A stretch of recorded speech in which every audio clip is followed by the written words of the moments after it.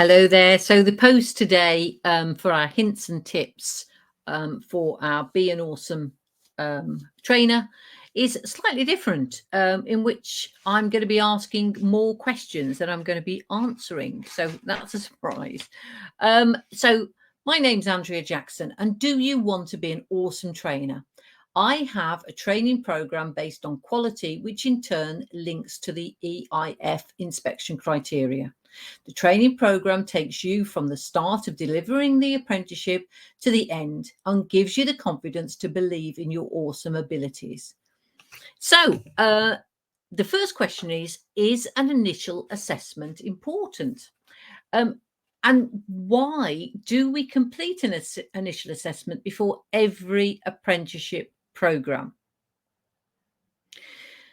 Just what are we trying to achieve by that assessment?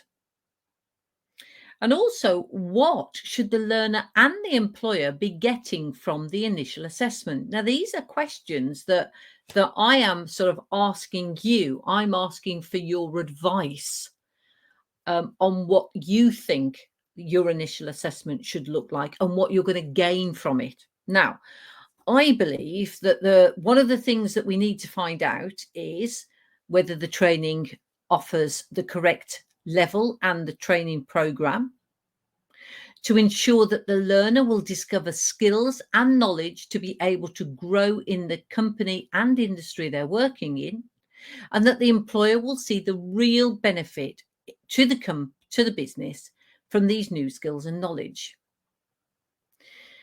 Because I firmly believe that when we're looking at the apprenticeship team, as I've often talked about, is that the business needs to be able to gain productivity or new knowledge from that apprentice that helps them in the world of business.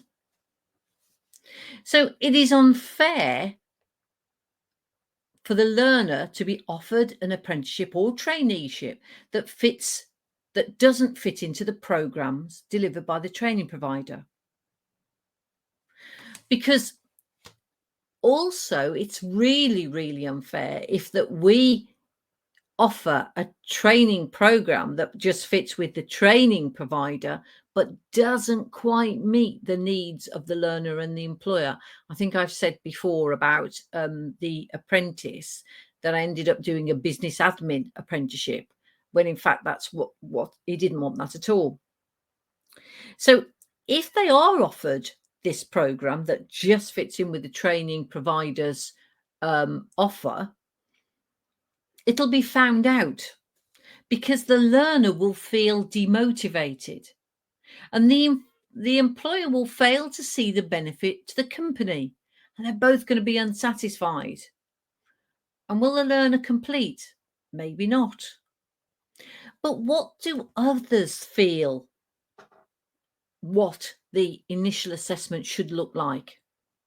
I am really interested in your thoughts and your advice about what you think the initial assessment should look like and what you gain from it. Now, it could be that the initial assessment that you're using at the moment is absolutely brilliant, and it's the real start, the robust start of a well-planned apprenticeship, and in which case that is fantastic. Let us know about it, please. Let us know what it contains, how you use it as a plan for the curriculum of your learner.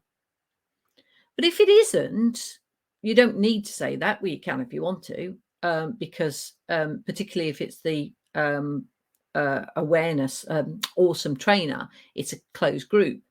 But if you don't want to say that, just tell me what you think your best ideal initial assessment should look like.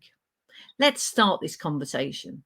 So, as you know, it is, if you think that this is relevant to somebody else and somebody else would be interested, please let them know. But comment, give us some advice about how you think the initial assessment should look like, because it can be a really good conversation starter. Okay, so as I say, send it on to relevant people. If you want to know more about the training program, you just got to visit www nu-gnu.com, and all the details will be there. Right, well, you have a fantastic rest of the week. Take care.